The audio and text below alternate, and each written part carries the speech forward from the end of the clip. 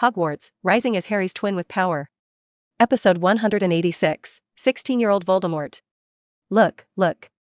I knew that if I threatened him with Harry Potter, he would definitely run out like a fool, haha. Flint laughed loudly.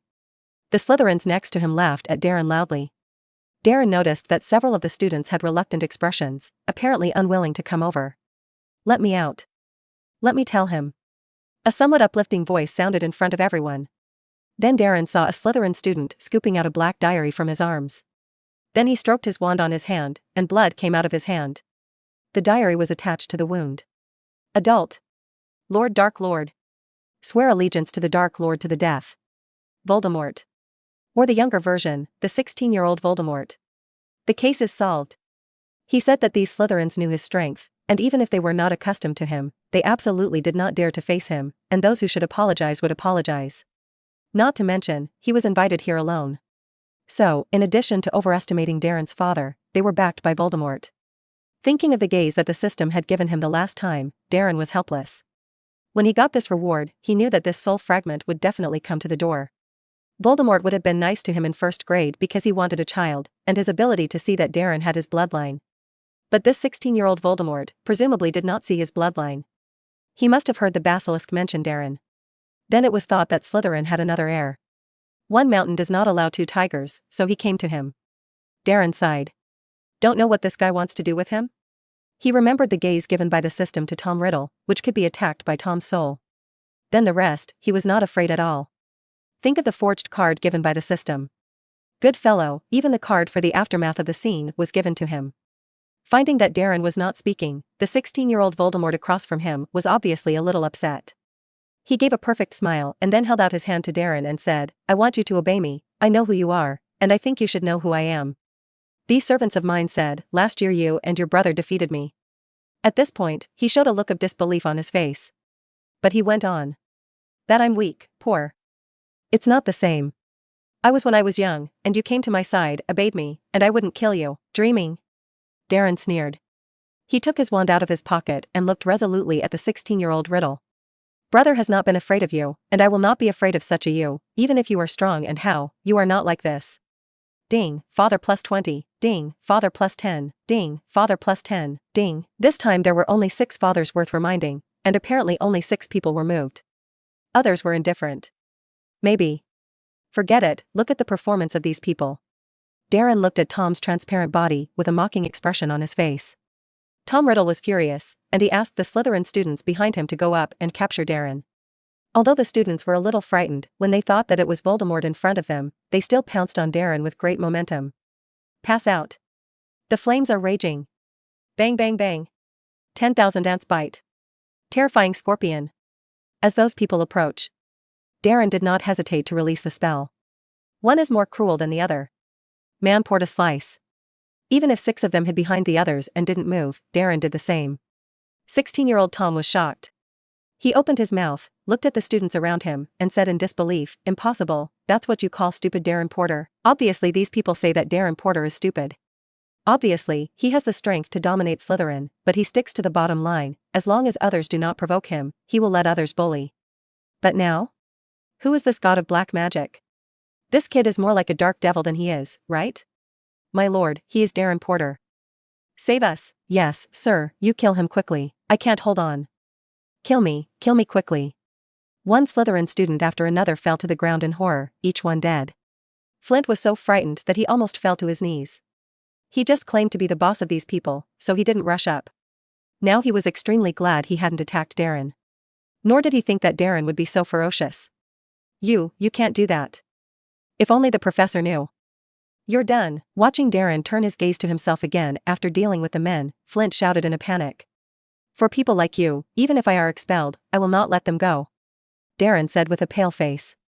Obviously, he himself could not bear to see such a scene, but in order to get rid of Voldemort, he felt that it was worth it. Help, my lord. Flint looked hurriedly at Tom Riddle. Tom Riddle was also a little jealous. But he wasn't afraid of Darren, who in his eyes was just a vessel, and Tom Riddle observed Darren for a long time after learning that Darren had Slytherin blood. The more he observed, the more ecstatic he became. Darren is not surprised, very handsome. Although it is different from his original appearance, it is undoubtedly more likable than he looks. And Darren's popularity is also good, and he is liked by many professors. He was even the younger brother of the famous Harry Potter. This is simply the perfect container for Voldemort's possession. He decided, Darren's body, he was going to set.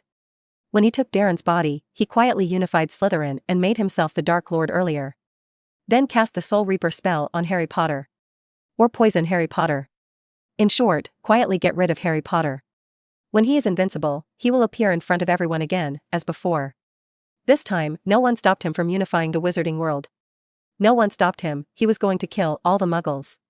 And this time, he will use the identity of Harry Potter's brother, and he will let the self-proclaimed righteous people in the wizarding world be laughed at by everyone. The justice they advocate is a joke.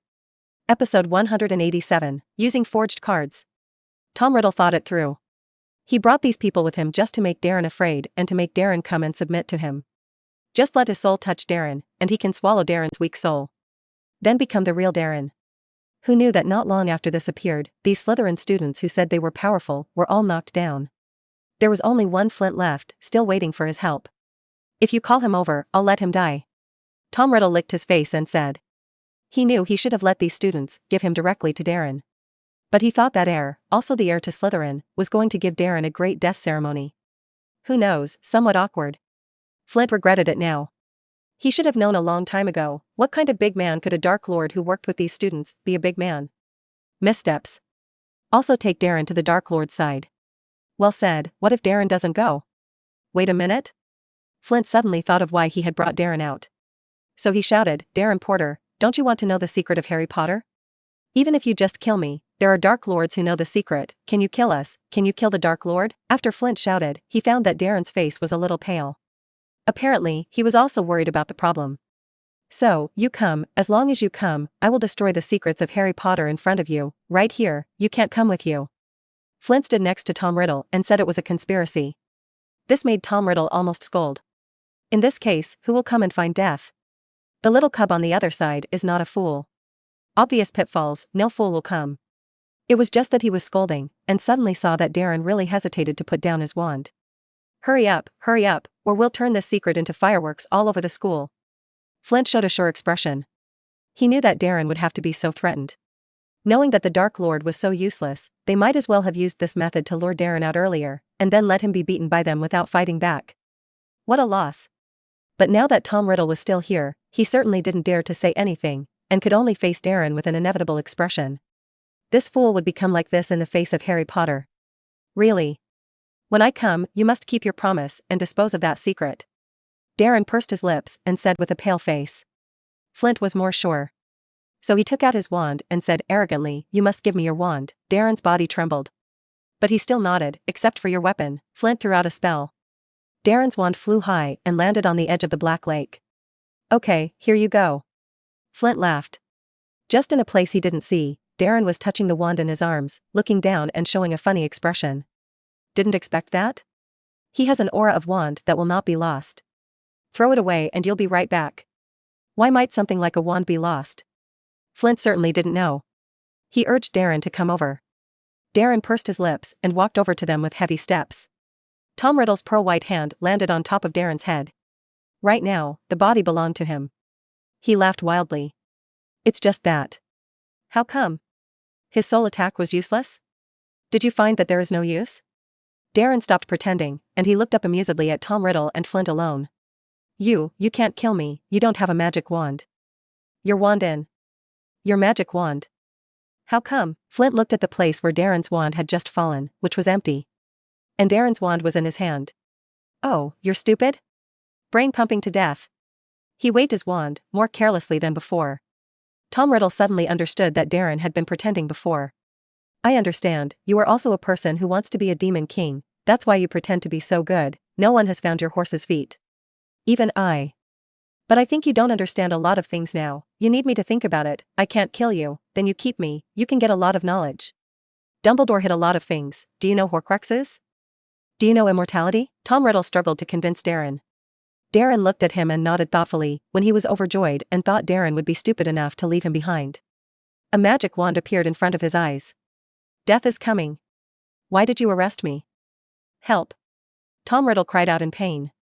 Darren skimmed his lips. Why doesn't this guy shout, why is he chasing me? Of course, this spell does not really call the god of death, but creates the illusion of the god of death. Convenient for Darren to cast a spell. Forget everything. Erased Tom Riddle's memories of such a long time. Especially noticing Darren's aftermath of the memory. Of course, none of this is ensured. It's just a spell. Even 16-year-old Tom Riddle has a way of avoiding these spells.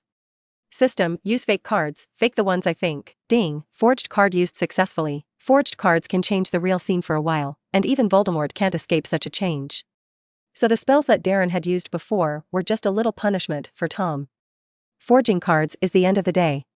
It's like a gust of wind blowing. Darren saw 9 corpses lying on the ground, including Flint's. 6 others were alive, but now unconscious. All 6 were forced by Flint or threatened by Tom. Although these people usually look down on Darren, they did not specifically target Darren. So Darren resurrected them using forged cards, only to alter their memories. As for Tom's diary, he put it back into Ginny's dorm room through a forged card.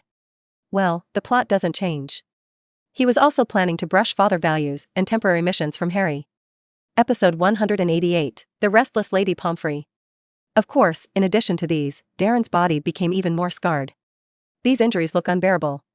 But they are all fake. Darren poked lightly, and it didn't hurt. Blood is like real blood, and injuries are like real injuries, but Darren knows that this is all faked by the system. In addition, he gave a bunch of memories to the living people's heads. It was probably a group of Death Eaters who came up with a way to get into Hogwarts by some means.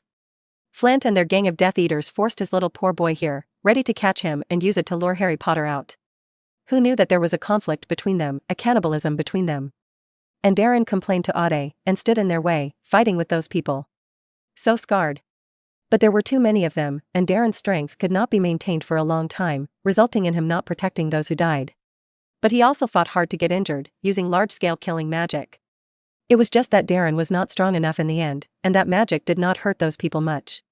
Fortunately, however, this killing spell destroyed their arrangement and caused them to be thrown out of Hogwarts. As for where the Death Eaters came from, Darren naturally didn't know. He was a poor, innocent little father, how could he know such a cruel thing? Even the magic that Darren's wand had once cast had changed. This time it was all Wei Guangjing's magic. Even the last large-scale killing magic is allowed to be used in the wizarding world. After doing all this, Darren held his wand tightly in his hand and lay on the ground with a look of serious injury and dying. There were corpses behind him, and there were also living people. But the wounds on each man's body were not as serious as his. He did not believe in such a scene, and tomorrow someone would doubt his Holy Father's design. Of course, he decided to get some sleep. Let the Slytherins wake up tomorrow, thinking that Snape and Dumbledore will certainly interrogate them. When the interrogation was over, he woke up again. By the way, he also cast expulsion spells, hidden spells, confusion spells here, by forging cards. Only a wizard can discover them after he finds out that this place is different. Hopefully not too late. Sunday morning at 5 o'clock. Harry opened his eyes. His arms were all over. He sat up and looked quietly at Colin's bed. Colin was still lying there stiff.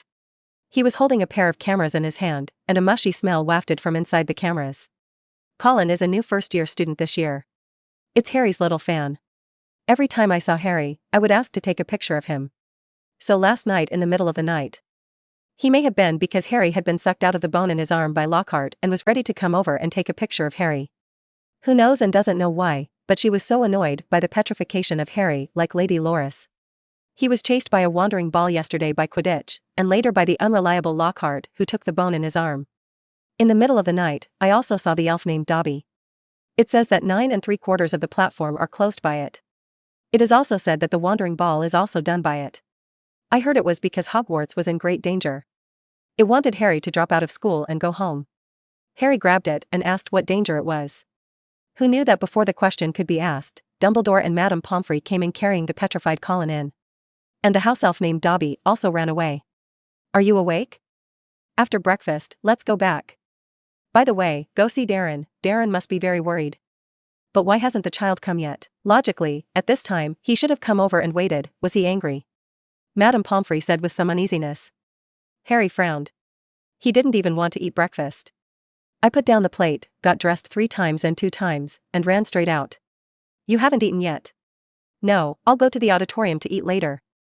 Harry hurried to the Slytherin lounge. When he got to the outside of the lounge, he found that there was no one there, and it was too early. He didn't dare to go to Snape. The thought of asking Snape to help him call Darren was afraid to meet Snape's death curse. He thought about it, maybe it was too early now, so Darren hadn't woken up yet. After all, neither Hermione nor Ron had come. So he went back to Gryffindor. There was also no one in the Gryffindor lounge. It was Sunday, and Harry had expected it. But when he returned to the dormitory, he finally realized that something was wrong. Because Ron wasn't in the dormitory. Inside the dormitory, there was only the sound of Neville and Seamus's breathing. Don't? Harry suddenly thought of something, and rushed to the girls' washroom underground. Boom. Just as he opened the door, the sound of something falling to the ground startled him. It's Hermione. Hermione's book was frightened away by him. It's me. Harry said hurriedly. Hermione pulled him in. Are your hands better? What did you tell Darren? I thought at least one person had to accompany Darren, or he would have to worry about what dangerous things we were doing, Hermione asked doubtfully. My hands are good. I didn't see Darren, maybe Darren was still asleep at this time? Probably not. Is it angry? I knew, Harry, you were always too reckless. Darren worries about you every time, and you know that when you broke your arm yesterday, Darren almost cried. Hermione turned irritably. She said so, but she felt that Darren could not be angry with Harry. Everyone knew that Darren was only worried about Harry's safety. He had said that Harry protected the world, and he protected Harry. How could such a Darren be angry? Maybe Darren is too tired, you know, Darren is also a child, and it's normal for him to sleep late. Ron thought for a moment and said self-comfortingly. It's possible, so I came to you first, and I wanted to tell you about Colin. No, we already know it, we've heard Professor McGonagall and Professor Flitwick say it. That's why we're here to make a compound decoction, because we have to catch the Black Hand behind the scenes as soon as possible. Well, the last thing you must haven't heard, Dobby came last night. Episode 189, Darren is missing. After telling Ron and Hermione Dobby about it, they went deeper into Malfoy's idea. Perhaps it was Lucius Malfoy who opened the Chamber of Secrets while he was in school and then let Draco Malfoy continue to do this kind of thing. The family wanted to expel the Muggles. Well, we have to speed up. Okay, we went back, and Darren of the province couldn't find us in a hurry. Sunday morning. The news that Colin had been petrified and sent to the school doctor's office spread throughout Hogwarts. Everyone is at risk. Everyone is worried about whether they will be next. There are even rumors that Slytherin Darren has not been seen, is it petrified? However, this news disappeared temporarily after Cassandra and Betsy reported it to Snape. Because Snape himself opened Darren's room. They saw neatly folded futons and a note. On it was Darren's handwriting, writing that he wanted to go out and be quiet and didn't need to look for his words. Just this note gives everyone a sense of security in the morning, because Darren did not appear in the auditorium at noon dinner. This is impossible. Ever since Harry learned about Slytherin's actions, he had made Darren obedient. Darren couldn't have done anything against Harry. And as Darren disappeared, so did a dozen other Slytherin students. These students are almost all students who usually do not like Darren. Including Flint, who yelled at Darren yesterday. Even the other Slytherin students could make up their minds, and those students might have kidnapped Darren. He was forced to write the note. After all, Darren was always so kind, and they would always find a place to threaten him. Almost instantaneously. The professors of the whole castle were in a hurry to search for the whole of Hogwarts. Darren's disappearance almost affected the operation of Hogwarts. All students are required to be kept in the lounge and are not allowed to go out. Even the portrait of the castle moved, ready to report to the professor. Harry was asked to stay in the Gryffindor Tower. He was going crazy. How did a good person suddenly disappear without a trace? In order to get the latest news, he decided to take the invisibility cloak to the professor's office and wait for the news. However, when he took out his invisibility cloak, he found that Ron and Hermione were waiting for him in the lounge. Don't stand stupid, we want to know about Darren too. Hermione stepped forward and pulled open her cloak of invisibility. The three of them slipped out of the lounge, but slipped into the professor's office. It was empty, and apparently all the professors had gone out to find Darren. Harry was about to leave when he heard hurried footsteps coming in from outside. No, it was two footsteps. One of them, Harry dared to bet with his invisibility cloak, was definitely Snape. Dumbledore, I suggest that they all be arrested and interrogated one by one with the spit agent, and that the whereabouts of Potter's cubs be known. It's Snape. Only he would say such cruel things. Harry thought indignantly. Severus, who are you referring to in your interrogation? Dumbledore's voice was somewhat muffled and tired.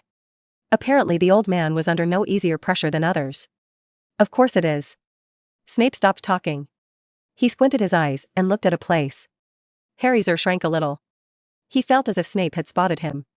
He now missed the invisibility cloak that Lizzie had brought with him the last time. In contrast, his invisibility cloak is a piece of garbage. Unfortunately, now don't talk about Lizzie, even Darren is gone.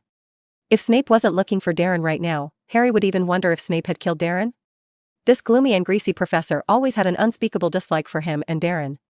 The last time Harry saw him spit on Darren and eventually threatened to fire him. A very odious professor. Harry didn't expect to be able to spit anything nice out of the professor's mouth anyway. Sure enough, just as Harry was complaining, he heard Snape sneer, "Dumbledore, I suggest that Harry Potter be arrested and interrogated well." After all, Potter Cub said he was going to go out and calm down, and it was obviously because of his business. Maybe he asked Potter Cub to write down that and then find a place where no one was. Kill Darren Porter, so that the Potter Cubs of the province will once again stop him from coming out of the limelight. Harry noticed that Snape had some funting as he finished saying these words. But he immediately felt that he had heard wrongly. For the next second, he heard Snape continue to advise Dumbledore again. It was suggested that Dumbledore should now arrest him and lock him up in his office for a good trial. Harry shivered angrily. But next to him, Hermione and Ron grabbed him and didn't let him do impulsive things. "Well, Severus, you're being too harsh on that kid, and Darren's disappearance is us," Dumbledore said in a voice as gently as possible. Harry was listening anxiously, and who knew Dumbledore's words were interrupted by Snape's anger. "Enough." Snape's expression was very angry. Harry remembered that Snape had that look on his face when they defeated the trolls last year. Harry didn't know what he was angry about. In short, it is inexplicable. However, he suspects that when they defeated the trolls before, Snape would be angry because he was unhappy to see them so powerful. This time, apparently, it was because he was angry that Dumbledore did not interrogate him according to his ideas. It's just that he didn't understand why Dumbledore would casually use the true pill on Darren and not for him. Could it be that he seems more credible? But he felt that Darren was obviously more credible than he was. Darren was so kind, simple, and easy to understand that his mind was almost completely clear about what Dumbledore was thinking. I always felt that Darren had a bad heart. If Darren had a bad heart, he who was an older brother would not be happy to celebrate? Episode 190, I Want to Know the Truth. Thinking of Darren, Harry was a little sad again. He even thought that Dallin might have been taken away and was even tormented now. Maybe those people are going to kill him. With this thought, Harry felt that he could not breathe smoothly. "Dumbledore, maybe you should come to the edge of the Black Lake."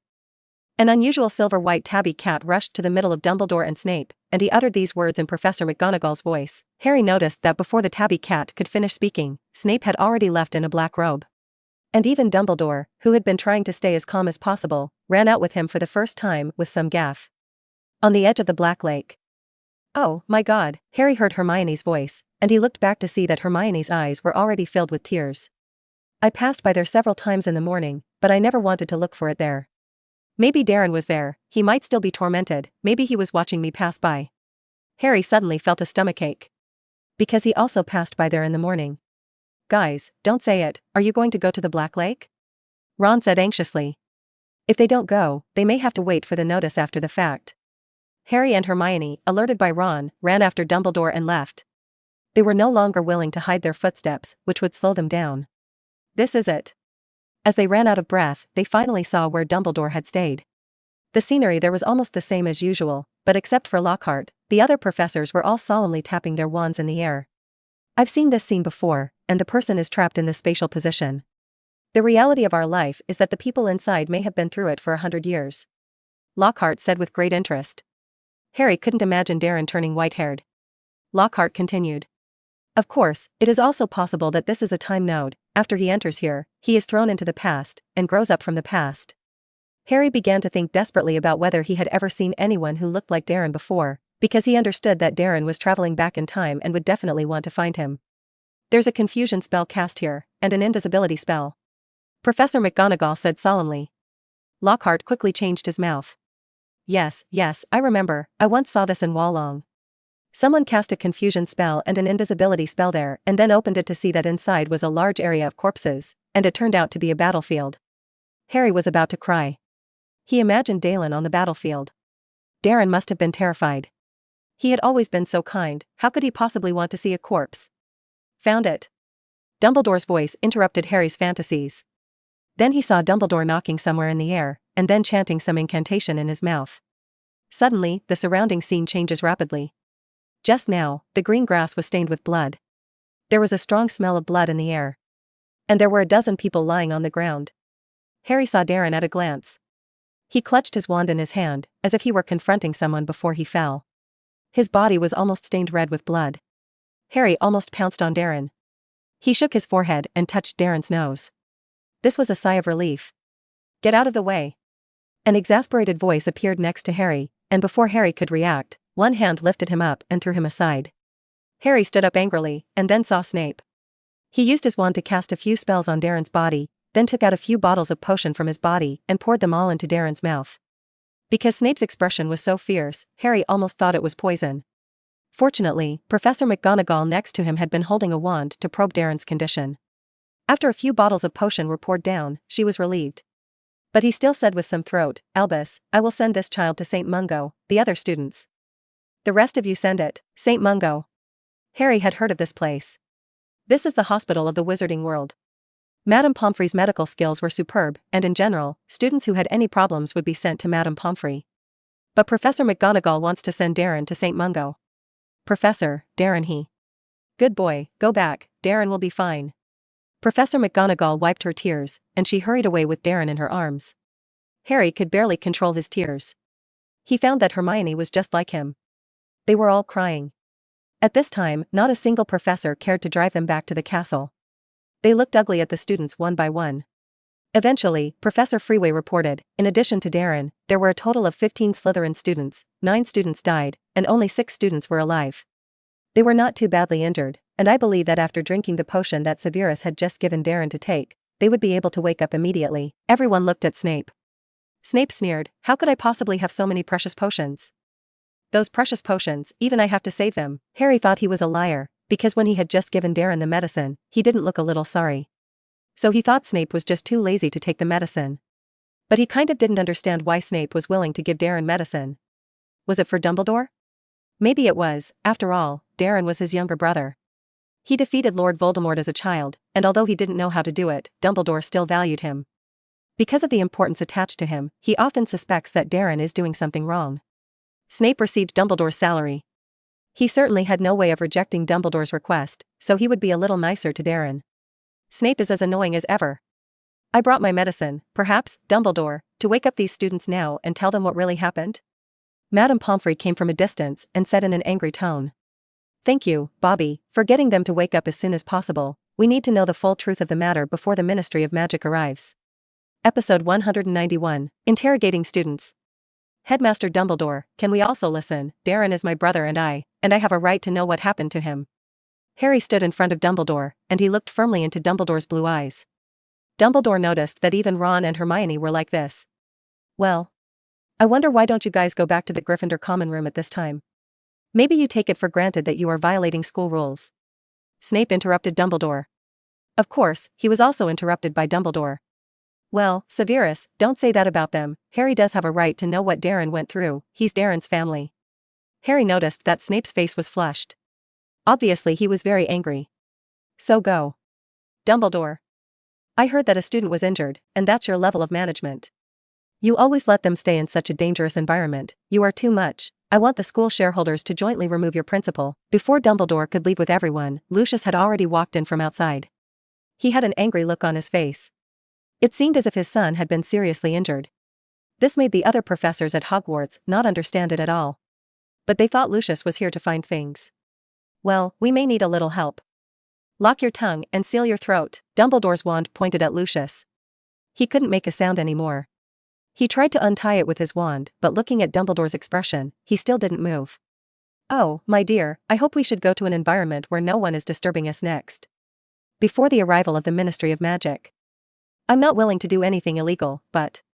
He looked at Lucius, his wand leaping in the air, looking as if Lucius had disappeared here at any moment. Lucius opened his mouth and finally nodded. So, let's go. Dumbledore quickly led everyone to the headmaster's office. Lady Pomfrey behind him had already poured potions on the living Hogwarts students. The look of the students was extremely painful. It was like being poured out of something that was very painful. But Harry had no sympathy for them. These people definitely have something to do with Darren's injury. Did they work together against Darren? Darren can't help but fight back against them, resulting in 9 deaths and 6 injuries? But if Darren kills someone, he could be dropped out of school and maybe arrested. The more he thought about it, the more frightened he became, and he began to pray that his identity as a savior would help Darren through this difficult time. Lemon black tea. The sound of Dumbledore speaking the password interrupted Harry's thoughts. Only then did he realize that they had walked to Dumbledore's office. Strange, this road used to be very long, how can it be so short today? Of course, he found that Hermione and Ron thought the same thing. Even Lucius had a dreamlike feeling. Okay, now you tell me what happened, and hopefully don't let me use the vomit. Dumbledore leaned back in his chair and crossed his hands to look at the students standing in the middle of the office. They had woken up on the road and were now being interrogated. By the way, I forgot that everyone was in. Dumbledore shook his head, and with a wave of his wand, there were many more long chairs in the office, just enough for everyone to sit down. Let's get started. Just start with you, that's right. Flint has a vendetta against Harry Potter because of Quidditch, and Darren Potter helps Harry Potter every time, which makes him very angry, and then Darren Potter also threatens Flint that if he finds Harry Potter trouble again, he will fight to drop out of school and beat Flint in the face. Harry heard these words and sucked in his nose uncomfortably, knowing that Darren would only offend people because of him. Yesterday Flint was angry because he didn't understand how he could lose. Later, when he returned to the common room, he suddenly had an idea. He told us that some Death Eaters had contacted him earlier and said they wanted to go into Hogwarts and take Harry Potter. But Harry Potter certainly wouldn't have gone out with them, so he didn't accede to those people's requests. But when he saw Darren Potter, he felt there was a way. They can bring Darren Potter to those people first, and then they can use Darren Potter to lure Harry Potter out and kill him. Boom. A loud banging on the table interrupted the boy's words. It was Harry who did it. Harry looked at these people viciously. He knew these people were coming for him. These people only bully Darren every time, knowing that he is kind and simple, so they want to use him every time. He trembled angrily, pointed at the boy, and said, "If Darren is killed, I will definitely kill you, kill all of you. I swear, I will do it." Obviously, the famous savior doesn't have that power. Snape's sarcastic voice rang out. Harry noticed that Snape's eyes were hollow and expressionless, and he felt anger coming out of his heart. The other professors, even Lockhart, showed indignation, only Snape, who had no expression from beginning to end, and he did not even want to pretend. "Severus!" Dumbledore called out to Snape. Snape fell silent. He opened his mouth as if to scare Harry, and when he was done, his heart was comfortable. "Well, Harry, the Ministry of Magic is coming, and we need to find out what is going on as soon as possible, and you don't have to interrupt again." "Good." Harry held back his anger, glared at Snape, and then fixed his eyes on the Slytherin students in the middle of the field. These people almost killed Darren. The boy who was interrupted looked at Dumbledore with some timidity. After Dumbledore nodded, he continued, "That day I heard Flint tell Darren Potter that he had the Achilles heel of Harry Potter. If Darren Potter hadn't come to the Black Lake at night to find him, he would have told everyone about Harry Potter's weaknesses. He wanted the Death Eaters to kill Harry Potter. Darren Potter was terrified and agreed to go to the appliance in the middle of the night on the spot. He also listened to what Flint said about writing a note in the dormitory, saying that he was distracted and calm. Flint wanted Potter's disappearance to be realistic, at least to remind the professor of him later. Episode 192, This Man Has a Vendetta Against Dumbledore. Right. Darren did write that note inside the dormitory. At first, Snape thought Darren was a little angry, so he ran out to cool off. It wasn't until Darren didn't show up at the Slytherin table that he felt problematic. Harry was even angrier. Is there anything these people can't do with him? Why is everyone bullying Darren? Darren Potter really came at night, and the Death Eaters closed the surroundings. Then they forced Darren Potter to surrender, and Darren Potter said he would rather die than do such a thing. They cast a soul-snatching spell on Darren Potter and asked him to bring Harry Potter, but Darren Potter broke free. Later, they said to kill Darren Potter, and they told us to do it, saying that we would not whistleblower. But we were too scared to kill him. Although we hated him, we didn't think about killing him. Those Death Eaters forced us to do it with their wands, and Sren cried and didn't dare, so they killed us directly. Then. The boy swallowed the spit and looked a little scared. I didn't even dare to say anything more. Snape grabbed his wand and said coldly, "Maybe I should give you a try?" Yes, I said. After Sloane was killed, Darren was a little incredulous. He had never seen anyone kill. He probably didn't think anyone else would die here except him. Then Darren suddenly stood in front of us and began to protect us, and his wounds were Death Eaters. Those Death Eaters who did not beat him, so they threatened him with those of us, and they kept killing people. Darren Potter knelt down and begged them to spare us, but the men became more arrogant. They tortured Darren Potter, and with black magic. Later they played so happily that they let Darren Potter choose who exactly to let live. Darren Porter did not choose, they deliberately tortured us, let us scream and force him to make a choice. Then Darren Porter helped us block the spell. But only one person after another died, and Darren Porter suddenly began to fight back, and those people were waiting for him to fight back. It's just that Darren Porter suddenly became even more powerful than before, and he forced the men to back off, trying to catch them. But Flint secretly untied those men. Everyone was almost killed by those people. Flint was no better, those people didn't care about him at all, just killed him. Darren Porter tried to save him, and was injured by those people again. Finally Darren Porter unleashed a large magic that I don't know what it was. But I don't know why those people were not injured, but disappeared. Later, a few of them questioned Darren Porter, asking him if he had deliberately let the men go. Darren Porter was red-eyed and didn't speak, and they were going to grab Darren Porter and go. Potter does not go and attacks us. The wounds on our bodies now have also been inflicted by Darren Porter, and he is not completely innocent. The boy angrily said the last sentence. Obviously not understanding how Darren Porter dared to do something to them. I think it's a shame that Slytherin has students like you. You need to be expelled, Dumbledore, and I think I have the right to make that decision. Snape said suddenly and coldly. Harry felt that he had a slightly better look at the professor. Severus, we'll talk about it later, but I think we're going to have to deal with the Ministry of Magic next. He stood up suddenly. Harry was thinking about what was wrong when he saw the door of the headmaster's office slam open. Then a very strange-looking man came in from outside. He was short, chubby, with messy hair and a look of anxiety and fear on his face. His clothes resembled a hodgepodge, a pinstriped suit, a red tie, a long black cloak, and purple pointed-toe boots. There was even a bright green hat tucked into his arm. That's my dad's boss, Connolly Fudge, the Minister of Magic. Ron whispered to Harry and Hermione. Fudge heard the voice, glanced at Ron, and then turned to Dumbledore unresponsively. Oh my God, Dumbledore, this is a terrible thing. He said with a brisk and hypocritical concern. So much happened at Hogwarts, 1 student was petrified, 9 students died, 7 students were seriously injured. There are now almost 1,000 wizards, waiting for an explanation outside the Ministry of Magic. He took out the green hat pressed under his arm and played with it for a moment, then looked at Dumbledore, as if to give him an explanation. Of course, I will give everyone an account of this matter. Here, these 6 are the injured students among them, and you will get the truth from their mouths, Dumbledore said solemnly. Fudge suddenly smiled, and he pointed to the 6 students. Before I came, I heard that you brought them to the office. Why? Is it because you want to cover up something? No, Dumbledore, I didn't mean to you, I was just on business. After all, how can such an important matter be interrogated in private? And Lucius? I heard that he also came here, why didn't he come out, was he imprisoned by you?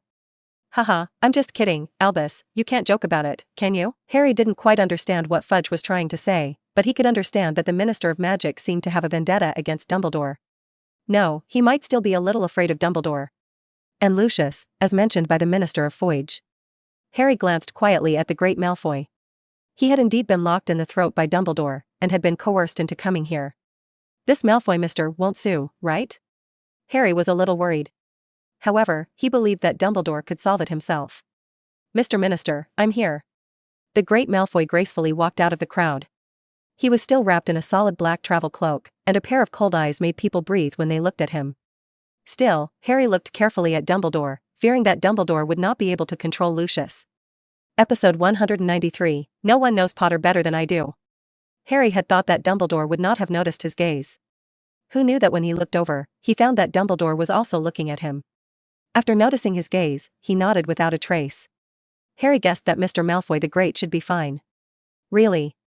Lucius did not say anything about his threats, but remained calm and said, Thank you, Minister, for your concern, I have nothing to do. Of course I do not know much about the current situation, all this still needs Dumbledore's explanation. Harry breathed a sigh of relief.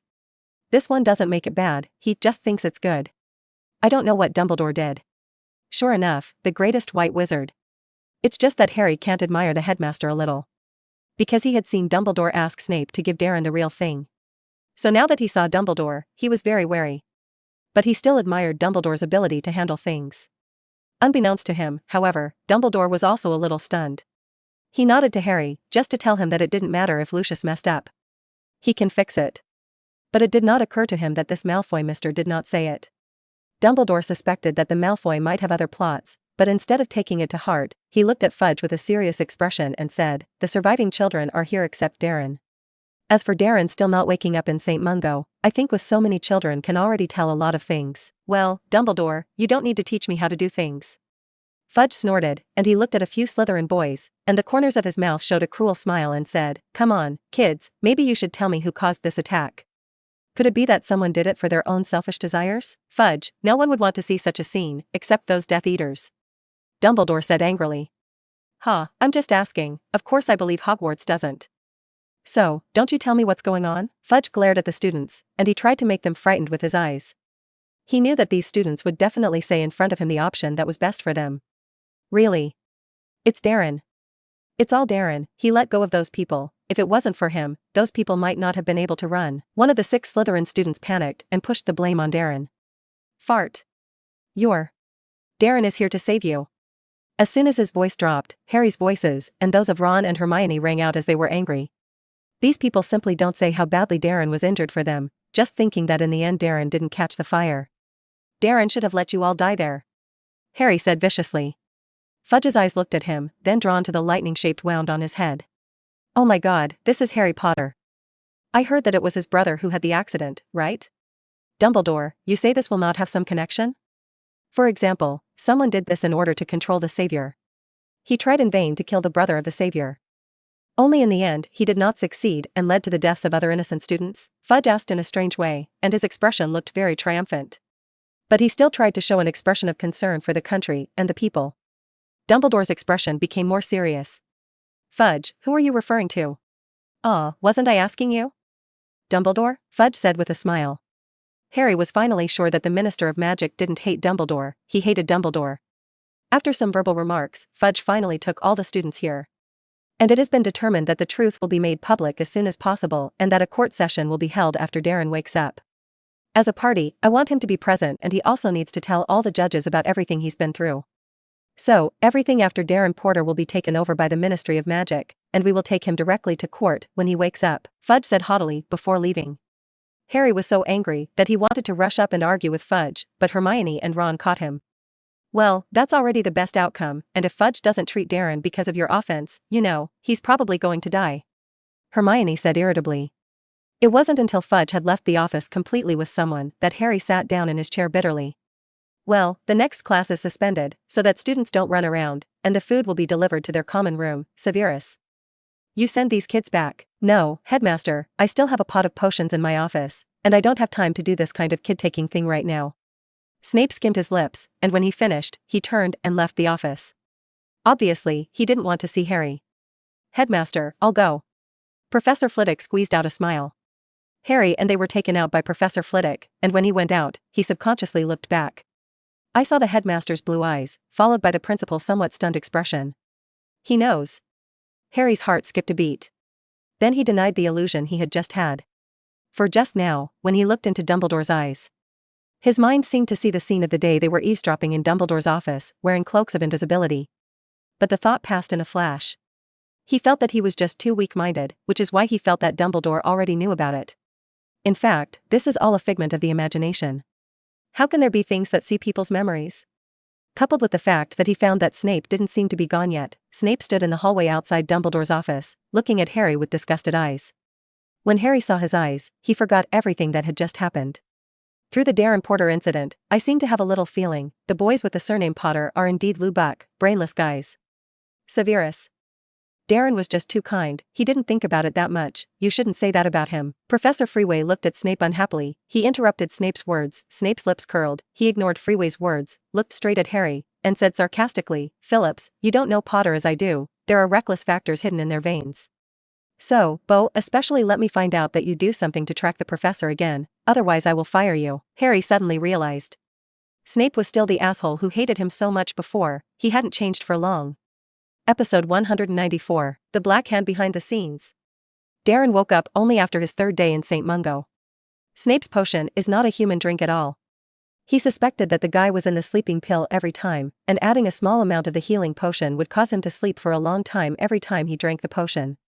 But waking up is much more comfortable. The injuries camouflaged by the system on the body have all disappeared. "Hello, I'm an investigator at the Ministry of Magic, Don'ts Fedora.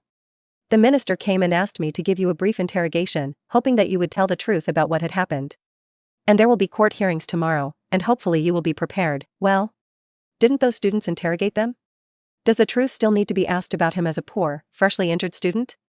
But he immediately remembered the contradiction between Fudge and Dumbledore in the original book.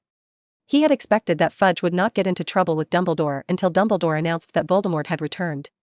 Unexpectedly, the mere appearance of the Death Eaters made Fudge begin to suspect that Dumbledore was trying to combat his authority. Of course it's not that serious now. Probably because it happened at Hogwarts, Fudge was not convinced that Dumbledore was willing to commit a murder at Hogwarts. But in order to hit Dumbledore all the time, it may be that he is eyeing his little father. Depend on.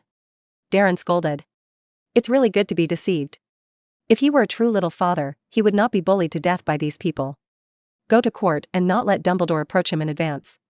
If the original owner had stayed here, it would have been worse than Harry's first interrogation. After all, Harry still had the aura of a savior. The original Lord was at best the brother of a savior. Of course, this is all hypothesis. After all, if the original owner were here, it would not have been possible to do such a thing. That's the kind of thing he can do. Darren skimmed his lips, but he immediately suppressed his expression. Tonks was still waiting for his answer.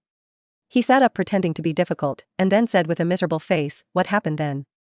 "It was my fault that the Death Eaters attacked me and my classmates, and then I defeated them and let them go. Ding, father plus 50, that's all?" Tonks was stunned. Her hair turned blue. Darren remembered that the girl was a transfiguration animagus, as if she could change her appearance at will. Later, Lupin's daughter-in-law died in the final battle. This ability is also quite interesting. I'm an animagus, so I can change the color of my hair at will, and I can change into something else. Tonks saw Darren staring into his own hair, amused to Darren cop. What she is most proud of is her ability. Great ability, and beautiful. Darren exclaimed without hesitation. But his expression was still a little heavy, and the smile at the corner of his mouth was not so sincere, more bitter. "Miss Tonks, can I see my classmates? I didn't protect them, if only I were stronger." He tried to make himself laugh, but his eyes were still red. Ding, father plus 100, Tonks panicked, she hadn't seen such a scene before. Especially thinking about the experiences of the Slytherins who said it, they tried their best to blame all the mistakes on this child. And he woke up not only without saying bad things about the students, but also bitterly felt that the students died because he was too weak. "Don't you do that. It's all normal, every battle kills." I'm sorry, I'll go out first, you calm down." Tonks hurried out of the ward. Her face was filled with apologies. Who would have thought that when she said that, the boy actually covered his face with his hand? Obviously really sad. He probably cried. The interrogation was over so soon? Outside, Yali asked curiously. The minister asked Tonks to interrogate him inside and let him guard outside. According to Fudge's words, it is the fear that some Death Eaters will come and force the children inside to change their ways. In fact, only insiders knew that it was a fear that Dumbledore would come over and get the child to change his speech. Such a minister made Yali scoff. But who makes the family a minister? Tonks didn't quite know what to do, heard Allie ask, and tangled and scratched his hair. Her hair had become a mess. And the colorful look is a headache. Yali looked at her curiously. This is what Tonks looked like when he was entangled. She was almost in a mood and a look. Everyone in the ministry knows. It's over, you see. Tonks jotted down what Darren had just said. She didn't exaggerate anything, just recorded exactly what Darren said. But Yali was dumbfounded. Is he crazy? He was tricked by those students into going to the Death Eaters, why didn't he say it? The situation of him being tortured by those people, why didn't he say it? And he? How do I know? He said so much, and then he asked to see the students, and then I comforted him. And that's the end now. Tonks helplessly pulled the door open by a slit, and they saw Darren looking out the window with red eyes and a sad face. Ding, father plus 50, ding, father plus 80, but so much. Yali's face was full of hesitation. Fudge asked them to ask in more detail, preferably to ask the black hand behind it. Then you go in and ask yourself, anyway, I don't want to go anymore, I almost cried just now, I'm not good at comforting people at all. Tonks grumbled. Allie scratched his hair, and he eventually gave up going inside to find Darren for interrogation. He felt that the boy should have no problem, and that he would go to court tomorrow, and that the others would ask the boy about other things. He doesn't need to figure everything out. So he didn't think about it, and sent the interrogation results with an L. Fudge didn't ask when the results would be handed over to him. He just asked for a dubious result. So this L arrives about tomorrow morning and should have no problem. As for the outcome of Darren's interrogation, this boy has all the problems on himself, which should be considered suspicious, right? He thought about it like this and felt that there was no problem at all. Episode 195, The Bald Witch. Darren wakes up early the next morning when Tonks wakes him up. This girl's compassion is flooded. Because I thought he was too miserable, I brought him food yesterday. She did it herself. It tasted good. Darren acted lost and ate 2 large bowls. If it weren't for Tonks bringing 2 bowls, he would have eaten another bowl. Of course, this girl also has something that makes him unhappy. He asked Tonks to lend him a storybook. Who knew Tonks had sent him a joke book? It's all cold jokes. He looked at the jokes, not laughing. Not being frozen to death was something he didn't want to see, but he was really bored, so he could only turn the book for a day without expression, expecting the Ministry of Magic to send him back quickly. Will Phantom metamorphosis into central London and enter the Ministry of Magic through the phone booth there. Darren, are you ready? Tonks told Darren about the trip and then asked with some concern. She was worried that Darren would still take all the mistakes on him as before, which might cause many misunderstandings. But she didn't have a chance to mention it yesterday, because Darren's expression had been wrong. He asked them to borrow a storybook and just sat there and watched. But after reading the whole process without expression, she remembered that she had picked a joke book. Looking at the joke book, she couldn't laugh, and she thought pityingly, this child must be very uncomfortable. They were transformed into central London, through the Phantom. Both Tonks and Alex cautiously guarded Darren in the middle. Since Darren could be attacked by the Death Eaters at Hogwarts, it was also possible to be attacked outside. These are all things that need to be prevented. They don't have a heart as big as Fudge's. So many dead students, still thinking about how to pull Dumbledore off the altar. It's here. Allie pointed to a red phone booth. Go first. He looked at Darren cautiously. Darren nodded and stepped into the dilapidated phone booth. The glass above the phone booth was gone, and against the wall, there were many things scribbled on it. It looked dirty, not at all like a ministry's phone booth. As Darren came in, Tonks quickly squeezed in. Darren felt his face buried in her arms. Sorry. It's so crowded. Tonks said with some embarrassment. She crossed Darren and took the phone. Let me think about it, the phone is 62. For 42, all right. As Tonks's number dialed out, a voice came out of the phone booth. Darren noticed that the voice did not come out of the telephone microphone, but as if a woman was standing around them. Welcome to the Ministry of Magic, please name and deduce. Oh, Dawn's Fat Aura Command. I brought Darren Porter to the court trial. Thank you, guest, please take the badge and pin it on your clothes. The woman's voice said. Then the phone booth suddenly drew a box-shaped silver badge. It says Darren Porter, on trial. It's the same as Harry in the original. Tonks clumsily pinned Darren to the collar of his shirt because they were huddled together and Darren couldn't move at all. Well, don't worry, I'll get it for you. Tonks smiled and got a grateful look from Darren. And after the badge was good, the woman's voice rang out again. Guest of the Ministry of Magic, you need to be tested with your wand at the security department and register your wand. The phone booth suddenly shook its forehead. Darren quickly grabbed Tonks and said with a frightened expression, be careful, ding, father plus 80, don't worry about Darren, it's a necessary procedure and won't fall. Tonks quickly patted Darren on the back. It took about a minute before they finally stopped. A thin golden light shot out at Darren's feet, and then the golden light grew larger and larger, and finally shone on his face. Oh, I forgot. Tonks blocked Darren's eyes with his hand. The wizards of the Ministry of Magic come and go like this. We're here, the Ministry of Magic wishes you a happy day. The girl reminded her one last time, and then the phone booth opened. Darren finally withdrew from his body. Cluck. Tonks laughed jokingly. Darren blinked, made a look of not quite understanding, looked at her embarrassed, and finally remembered Darren's age, and smiled. Come with me. She hurried ahead of Darren. This is the Ministry of Magic, very beautiful. Darren nodded. He found that the Ministry of Magic was indeed built quite luxuriously. It should be said that it is golden and brilliant. The ground is grazed with light. The ceiling is peacock blue, with a golden mysterious symbol on it. Dark wood around the walls. As for the fireplace, Darren suspected it was gilded. It should not be pure gold. If it is pure gold, he will come tomorrow and steal the fireplace. In the middle of the foyer is a particularly large fountain. In the middle of the fountain is a statue. A tall male witch, surrounded by witches, house elves, centaurs, and a goblin. The centaurs, the house elves, and the goblins all looked at the two wizards with adoration. Then next to the fountain was a wizard who appeared one by one. These wizards should have come directly from Phantom Transfiguration. Their faces were lifeless, and even the top of their heads was a little bald. Darren found that wizards and muggles had something in common, namely that middle-aged men would be bald. No matter how much baldness, in short, it is all strange baldness. Of course, there are also many people who have thick hair. Because they will buy hair water. But most witches don't care about that, they'd rather keep themselves bald. Darren touched his thick hair, somewhat unable to imagine what he would look like when he was bald. I can't imagine that. But he put the effect of baldness on top of Snape's head. The imaginative effect of this idea almost made him laugh and cry. Fortunately, Mr. Weasley's arrival interrupted his thoughts, otherwise he suspected that he might not be able to control the corners of his mouth. Episode 196, Who is the Great Injustice? Oh my god, Darren, I finally saw you, and Molly was crying at home, and we couldn't imagine losing you. The Ministry of Magic forbade us to see you, believing it would affect the fairness of the court. But several other people have already met their parents. Their parents will certainly find a way to justify them and make them change their rhetoric. Darren, you must bite to death, you have nothing to do with this matter. Mr. Weasley whispered in Darren's ear.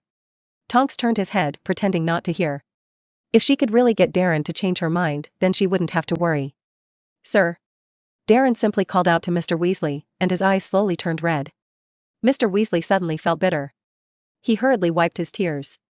It's okay, it's okay. Dumbledore will come today, Harry, they will also be brought by Dumbledore, don't worry, everything has Dumbledore. Mr. Weasley had confidence in Dumbledore. Only he was stunned the next second. Because he heard Darren choke up and say, Sir, it's my fault that I didn't save them. I had a nightmare last night. They all seem to be asking me, why didn't they save them? Why am I alive and they are dead? So, don't save me, just say that I caused it, and I think I deserve to be punished. Ding, father plus 80, ding, father plus 60, ding, father plus 100, ding. Because it was the entrance to the Ministry of Magic with people, Darren's words attracted a lot of attention. Don't think so, their deaths have nothing to do with you. Before Mr. Weasley could finish speaking, Yali had already come in from outside. He glanced at Tonks and Mr. Weasley and frowned. Well, it's time, let's get to the court as soon as possible, and we'll talk about anything after the trial is over. When Allie finished speaking, he urged Tonks to hurry up. Let them talk again, and Fudge will know. Where people came and went, the public spoke, and Tonks and Weasley's brains were really not enough. Hurry up, he said solemnly. Tonks could only show Mr. Weasley a helpless expression. Darren, remember what I told you, Mr. Weasley cried out uneasily. Darren looked back at him with red eyes. Ding, father plus 100. After accepting the father value, Darren followed Tonks to speed up and walk to the security department. Everyone needs to check the wand here. Magic wand. The security guard said impatiently. Darren took his wand out, and he pointed to a small brass-colored bang next to him. Put it here. Darren quietly skimmed his lips and put his wand on it. 10 and 3 minutes long, Cypress, Dragon Reverse Scale wand, used for a year, right? Yes. Okay, take it. The security inspector did not look up the whole time, like a clerk at a bank. Darren complained. Then follow Tonks as they walked to the courtroom. Fudge pit him and actually took him to court, and he definitely won't let Fudge get better today. He snorted. The pace is faster. He didn't want to meet Dumbledore and Harry now. As a well-behaved boy, he would most likely be ordered by them to change his mind. But he didn't think so at all. What does it mean to change your mouth in the first place? Let Fudge beg him to change his speech. It wasn't just Darren who was worried about seeing Dumbledore, but Harry as well. Even Fudge thinks so. He was now waiting outside the courtroom, and when he saw Darren coming, he immediately greeted them. This is Darren Porter? Fudge said contemptuously. For Harry Potter, he can still give face. But Darren Porter was in his eyes. It's just an orphan cub. It's not about letting him need. I read the interrogation written by Tonks, and you think everything was caused by you, do you still think so? Yes, I still think so. Darren closed his eyes, his face pale and severe. After being approached by Fudge, he took 2 steps back in a panic. From a distance, it looked particularly like Fudge threatening him with what he had said. Ding, father plus 80, ding, father plus 70, ding, father plus 80, ding, another wave of the Holy Father is in hand. Of course, Fudge didn't know what Darren was thinking, and he also contributed some fatherhood points to Darren by the way. Obviously, he also felt that Darren was a complete victim of this matter, but who let Darren himself say this? What was the matter with him? He pretended to wipe his eyes. It looked like he was wiping his tears, but in fact he wasn't even sweating. Oh, if that's the case, let's go inside. He pulled open the door of the courtroom and looked at Darren with some ill will. Darren nodded palely, then followed the direction Fudge had pointed out where a serious witch stood. Next to the witch was a large chair. There were a lot of chains around the chair, as if it could lock people up right away. Sit here, wait, and the people will come. Thank you. Darren smiled politely and then sat down in the chair obediently. When he sat on this chair, he found that the chair was in the middle of the room. It's a big hall. At the front of the hall are stepped seats. No one is seated there yet. Aside from those seats, all that remained was the kind of stool he made. And he has 6 more stools of this kind. Apparently the rest of the Slytherin students would come too. These are a few of the students he deliberately left behind. These students are the kind of people who have a thief's heart and no thief's guts. I was very upset with him, but I didn't dare to do anything to him. So he specially forged a lot of memories in their memories, and although he was powerful, he was a bit pedantic, and the killer was reluctant to give up the memories. It is to make them deliberately give him something to rely on, so that they feel that he is a bully, and then casually do things. Today I'll see what those people say. He was waiting for the system to get some random photo balls and forge points to let these people get into the picture of Azkaban. See who is today's big wrongdoer. Episode 197, Let the Victims Be Judged. As Darren pondered. The time for judgment has also come gradually. What was previously empty seats is now full of people. Darren suspected there were at least 50 people here. These men were all dressed in fuchsia robes, with a delicate silver W embroidered on the left front chest. In the middle of the front row of seats sat Cornelius Fudge. Next to Fudge sat a chubby, wide-chinned witch. Darren suspects that the witch is the later hated Pink Toad. However, she didn't show the characteristics of wearing pink now, which really made Darren uncertain. Very well, everyone is fully present, then, let's start now. Fudge said with a smile. But he was interrupted. Dumbledore came in from outside with 6 students.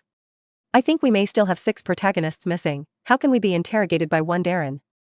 This doesn't make sense, but they have been interrogated before, Mr. Dumbledore, have you forgotten? The woman next to Fudge said in a sticky voice. But the tone was full of contempt. Darren was even more suspicious that she was a pink toad. Dumbledore ignored her. He shook his head and said solemnly, since you want to interrogate, of course, it is interrogating together, so many people are trying to interrogate a victim, for the first time since the establishment of the Ministry of Magic, right? His words were tinged with irony and provoked several laughs. Fudge's face was a little bad. But he still laughed out and said, okay, it's all the same, sit down. If Dumbledore thinks it necessary to interrogate several times, then begin. No, no, no. Dumbledore then interrupted him. Dumbledore, are you deliberately working against me? No, no, no, I mean I'm also a member of Wizengamot, have you forgotten? Well, how come there is no place for me? Dumbledore had a puzzled expression. Sweat grew on Fudge's face, and he tried to say something. Dumbledore waved his hand, he waved his wand directly, and a chair appeared next to Darren. It was a velvet chair that looked much more comfortable. Darren was envious. He wanted to sit on this one too. Dumbledore misunderstood his expression, thinking that Darren was afraid. So he put his hand on the top of Darren's head. No one can intimidate you. His voice was full of power. Darren felt that if Harry were there, he would be much happier and safer at this time, but for his little father. The only thought is to be touched on the head is not tall? Of course, he couldn't say it. As a little holy father. He didn't say that he showed Harry's happy and cheerful, secure expression, at least he had to be obedient, right? So Darren smiled as hard as he could, and there was not much security on his face, but more self-abandonment. This made Dumbledore shudder. He suddenly thought of the anxious expression on Arthur's face that had just been looking for him. He had pinched the dots at that time, so in order not to be late, he did not listen to Arthur. He thought Arthur was going to say help Darren. Not at all taken to heart. For this matter, Darren is a victim from beginning to end, as long as he bites himself and does not kill, does not do bad things, that is to go through a process. Fudge was at best trying to disgust him, and there was no suspense in the case, but he didn't take Darren's mood into account at all. This child has always been so kind, and when he sees so many students dead in front of him, he is likely to put it all on himself. Thinking of the scene he had first heard from the student, Dumbledore was a little unable to control his emotions. Let such a child face such a scene, or such a kind Darren, he can't imagine the child's mood at that time. When he heard the Slytherin student say that Darren had knelt down to the Death Eaters to save people, his heart was lifted. This kid must have been very uncomfortable at that time. Of course, because he has seen so many deaths over the years, he wants more of a loss for Fudge and let him settle down. But he never imagined that he could face death calmly, but this child was different. He was facing such a scene for the first time, and he was also facing the battlefield realistically. It is quite normal for him to abandon himself in this way. Many people will be like this, and this child is extra kind. But now is not a normal trial, this is Fudge's difficulty. Dumbledore frowned tightly. Fudge didn't know what Dumbledore was thinking. He just saw Dumbledore frown and thought Dumbledore was really upset with him. I was in love. He tried to maintain his dignity. But listening to the people behind him who were talking about Dumbledore's frown, his heart inevitably became irritable, angry, and a little regretful. Of course. He couldn't have backed down now. It's just a trial. There was no evidence that he was harassing Dumbledore. With this thought, he gradually regained some calm. So he took a piece of paper out of a pile of papers and said, "Interrogation, yes, we have to know what happened at that time, and Darren will tell you first," Fudge said with ill will. He looked at the boy in front of him with some sympathy. "Oh, kind boys. It's up to you to give Dumbledore a hard problem." "No, I object." But his words were objected to by Dumbledore. "Dumbledore, you." "That's right, I think since it's an interrogation, maybe we can try." "True agent?" Dumbledore leaned back against the back of the chair. He saw that Darren looked at him with some confusion, but there was no expression of irritation in his eyes, but some concern. Dumbledore saw that he was not worried about himself, but about the students. He suddenly had some more absurd speculations in his heart. Could those students have done more excessive things, besides cooperating with the Death Eaters? His body was trembling a little, and the evil of human nature would be reflected in this group of students in the slightest. P.S. Immediately the protagonist can complete Filch's long-term mission. He will get a senior bloodline, and I voted in the comments section and the PC page, you can take a look. It will end in about 3 days. Currently Hufflepuff and Slytherin have 1 vote each. Episode 198, Deleted Edition of the Shadow Ball. For a moment, Dumbledore even wanted to ask carefully what those people had done to Darren. Why don't those people dare to say it, and Darren doesn't want people to know. But he still held back and didn't ask. If Fudge had agreed to the use of the spit agent, then it would have been possible to ask at that time if Fudge did not agree to the use of the vomit, and he would not be able to ask those words from Darren's mouth right now. No way, Dumbledore, how can you say such a thing? Using truth spit on a student? What do you also say about export? Fudge showed a look of shock. I was actually very happy. Unexpectedly, Dumbledore had thought of using this method in order to exonerate Darren. Everyone is equal before the law, and this has had a tremendous impact, and I think it is okay to do anything. I believe that you are also facing inquiries from the parents of the 9 students. At present, many of our messages are blank, such as who are those Death Eaters, why is there no one Death Eater left on the scene? And how did the Death Eaters get into Hogwarts? And how did Flint connect with those Death Eaters? And so on, don't you all want to know? Through everyone's interrogation in the past few days, have you asked the answers to these questions? So I think it's necessary to use the pill, and the potions professor at Hogwarts is a master at making pills. Maybe we can ask for some inventory from him so that we can hear what these students are hiding? Dumbledore finished laughing, and he looked at Darren again. Want to get some information from Darren's eyes. But he didn't see anything, but instead heard opposition from the students. No, you can't use a truth teller. Yeah, this stuff has been abolished. Yes, if you want to know, we will say everything we know, and we can't use the true agent. We have the right to reject this offer. Protest. The anxious look of these people made Dumbledore even more certain that these people were hiding a lot of things. He even wanted to take the idea, but he hesitated for a moment and still didn't do it. Only the truth he knew was useless, he wanted everyone to know the truth. So he smiled, then looked at the judges and said, in this way, you cannot use it for those who object, and you can let Darrenport use the true agent. Maybe we can know more from Darren's mouth, you say? Darren? Disagree, Darren can't possibly agree. This kind of thing, headmaster, you ask Darren, Darren certainly does not dare to disagree. That is, we are classmates with Darren, and we don't agree with him using the spit agent. We. Dumbledore interrupted the men. Silence. He looked at everyone coldly. Sure enough, these people definitely did something, so they would be too weak to use the vomit agent, nor did they dare to let Darren use it. Dumbledore, don't make a loud noise at the trial. Fudge saw that Dumbledore had silenced everyone with a silent voice, and said with some dissatisfaction. Naturally, I just can't get used to my students being so rude and noisy. Dumbledore said. Fudge snorted as he looked at all the students, including Darren, and said, Dumbledore's proposal will be discussed again, and we'll do a simple interrogation. If they still have something to hide until the end, they can use truth spitting and ask simple questions. Dumbledore's eyes flickered, and he sat back down. Fudge breathed a sigh of relief. He glanced at Darren and wasn't going to let Darren say it himself. He was ready to ask his own questions. That way he could master Darren's rhythm. Let's see, according to Mark Kennan's description, that in the early hours of Saturday, you heeded Flint's request. Write down a note and head to the Black Lake. Have you ever thought that they will do bad things? Yes. ding, father plus 20, ding, father plus 10, ding, father plus 30, ding. Very well, you saw those Death Eaters on the edge of the Black Lake, and you didn't catch them the first time, did you? Yes. No more?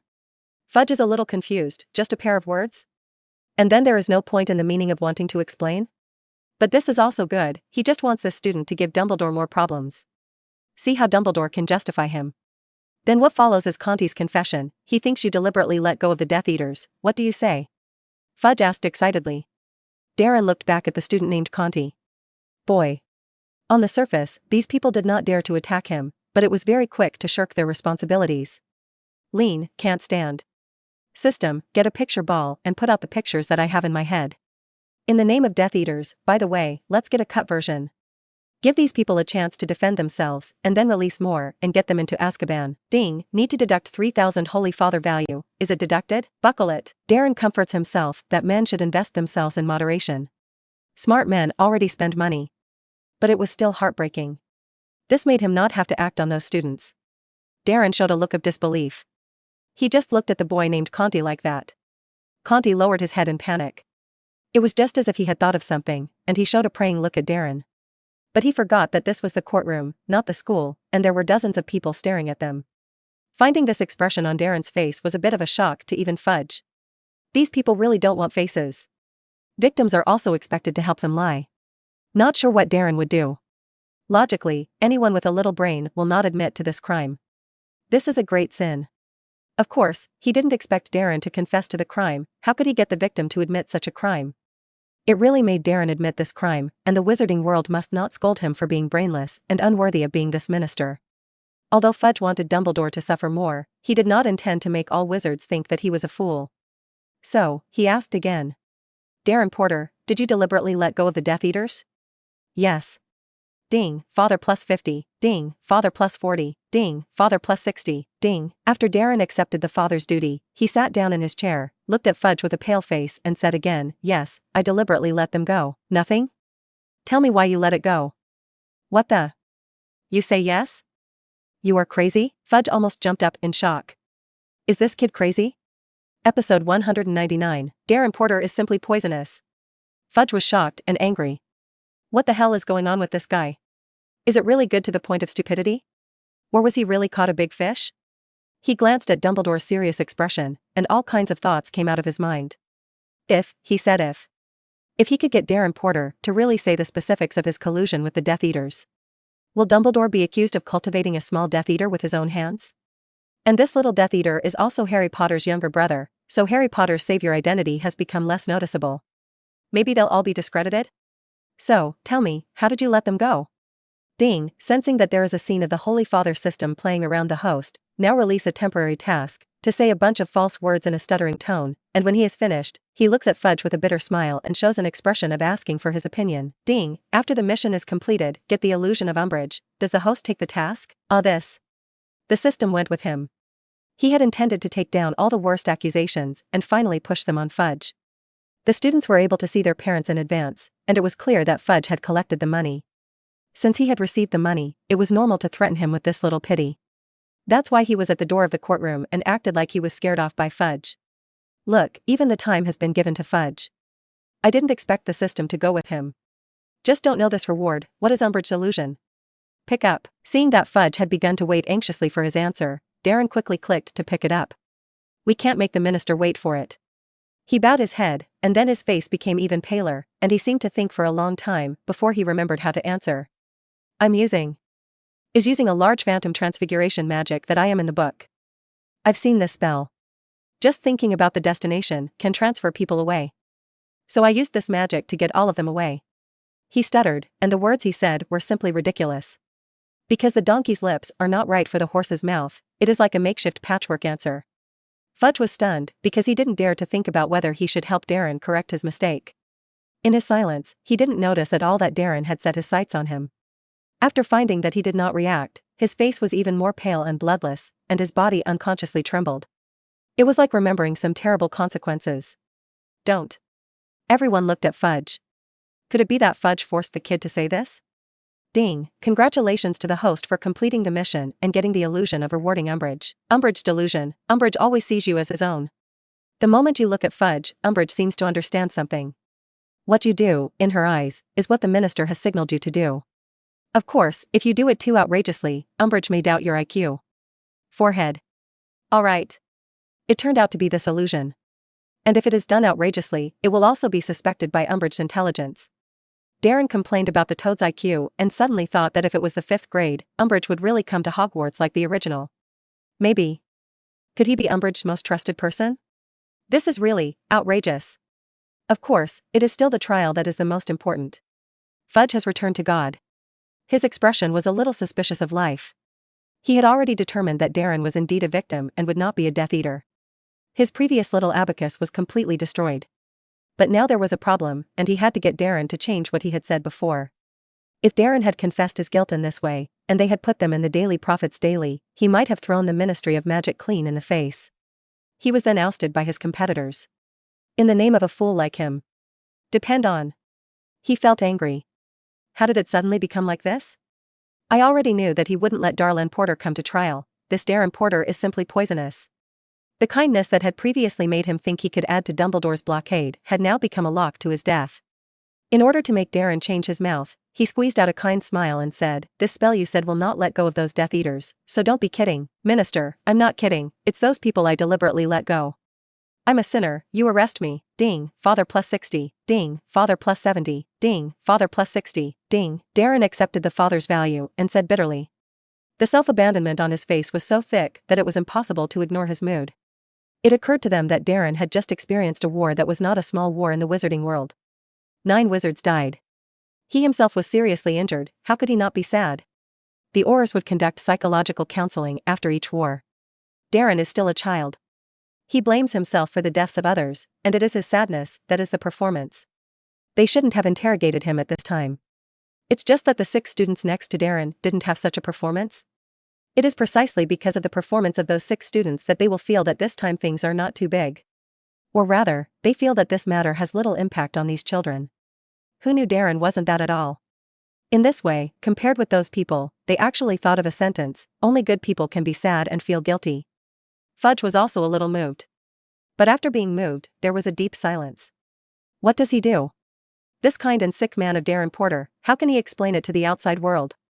Is it said to the outside world that because he did not let people do psychological counseling for this child, the child's psychological problems are now very serious? And then this kid wants to blame himself for all the mistakes?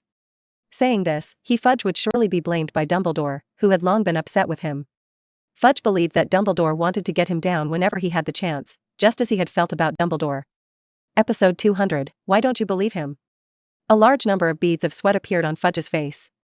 He wiped it with a handkerchief and said with an uneasy expression, "Darren Porter, you think clearly, if you admit this crime, your reputation will be over. In the future, everyone will know that you have done this kind of thing and have a relationship with Death Eaters. Are you really willing?" he said threateningly. Darren did not take his threatening words to heart at all. He just wanted Fudge to ask him to tell the truth. Forcing him to go to court ended hastily? Dream. So he showed a dead expression, and there was no regret on his face, only a thick guilt. "Needless to say, Minister, I have decided to confess to this crime. You can do whatever you want to do to me, as long as you let go. As long as you..." "No, I can accept anything." It was as if he had slipped his lips, and the panic on his face flashed away. This made the members of Wizengamot, who had already speculated, instantly feel that they understood something. This Fudge is also too much, right? Originally, this child was so kind, and he threatened this child. Who else to let go? Thinking of what Fudge had done in the past 2 days, many members of Wizengamot showed a look of contempt. They understood Fudge's concerns about Dumbledore. If there was such a person above their heads, they would be worried. But in order to make Dumbledore's reputation suffer, Fudge threatened a child. It's too harsh. Fudge is literally blaming Darren for the Death Eater. They looked quietly at Dumbledore. Dumbledore's expression was extremely serious, and he seemed to think of it too, and his blue eyes were filled with anger. They had never seen Dumbledore look so angry. Fudge is going to be out of luck. They secretly showed a look of sympathy for Fudge. Did it really anger Dumbledore? Damn it, right? Let you bully kids. Fudge didn't know anything about it all, because he had never done anything to threaten Darren. Although he wanted to find something for Dumbledore, he would not do it so obviously. So after Darren said that, he didn't think much of it at all. He thought Darren was wrong. It's normal for children to say the wrong thing in places like this. He was now restless about Darren refusing to change his mouth. What does this make him do? He already knew that this trial had been handed over to Umbridge. Fudge wiped the sweat from his face again, and he suddenly said, "Why don't we use the true agent?" "No, Minister, have you forgotten what you promised? That is, at that time, I said that I would not use the spit agent. The vomit has been preliminarily designated as contraband." "Minister, you can't do that." With Fudge's words, the other 6 students were immediately anxious, and they rushed to Fudge's face to remind him how much money he had taken from their family. How could he say such a thing? "Quiet." Fudge scolded angrily. Then he looked at one of the 6 students. "Conti. This is the man who accused Darren of deliberately letting go of the Death Eaters. You say, is there anything false about your previous accusations against Darren?" He glared at Conti. "I hope that he is a little more interesting, so he says that he is a liar, or a lie. In this way, the charge against Darren is dropped, and Darren does not have to publish anything." However, Conti didn't care about Fudge's glare. He looked at the other people around him with some rectification. Each of them charged Darren with a charge just to make Darren less innocent. They could have minimized their charge of luring Darren to the Black Lake. In order not to let one person's words affect all people. They memorized all the processes many times. Any change in a sentence will have an impact. "No, Minister Fudge, I didn't lie." Not to mention Darren Porter did not deny it. "Why do you always disbelieve him?" Fudge almost spewed out a mouthful of old blood. He also wanted to believe Darren, but the confessions that Darren made were a fool and would feel wrong. These people really want Darren to bear the guilt, so why not go to the little cub of Darren Porter to confess first? At the very least, tell him what spells he can use to remove all those Death Eaters. So good to pretend like some. Now, Potter, the little cub, didn't even know what spells he was using, and he made a mess of phantom transfiguration. Saying that he deliberately let go of the Death Eaters will not be believed by anyone. Fudge scolded. Then it occurred to him that he had not allowed anyone to approach Darren. As soon as Darren woke up, he captured Darren the next day. He had a headache of anger. Looking at the other allegations on the note, his body was trembling. It also accused Darren of intentional homicide. Darren deliberately saw death and did not save. And Darren cast a spell on them afterwards. Wait a minute. These accusations, before Fudge had been watching with jokes. Because no fool would admit to such a crime. But Darren will. This guy is so kind to be stupid that it is possible to do such a thing. In this way, Darren Porter is obviously out of the state, and the minister is not the kind of person who insists on going his own way. Therefore, this trial is temporarily over. Tomorrow, we will conduct the trial again. I hope you are all present. Fudge stood up suddenly, and he looked at Dumbledore with some praying. Take care of your students, take care of the madmen of your school. Dumbledore laughed. He smiled and shook hands with Fudge. Apparently he agreed with Fudge's idea. Get ready to go back and give Darren some psychological counseling. No matter what, order Darren to tell the truth, and Darren should listen. He thought so, and then prepared to turn around and take Darren away. Who knew that a bunch of reporters suddenly appeared outside the just concluded courtroom, and many wizarding parents. These people kept the Ministry of Magic out of the way. Headmaster Dumbledore heard about Darren Porter, a second-year student at Hogwarts. After being attacked a few days ago, tortured for more than 2 hours, I wonder how you feel about this. Yes, Headmaster Dumbledore, you wouldn't have been unaware of this? Minister Fudge, when you heard that you used the highest possible trial against Darren Porter, did you think the victim was guilty?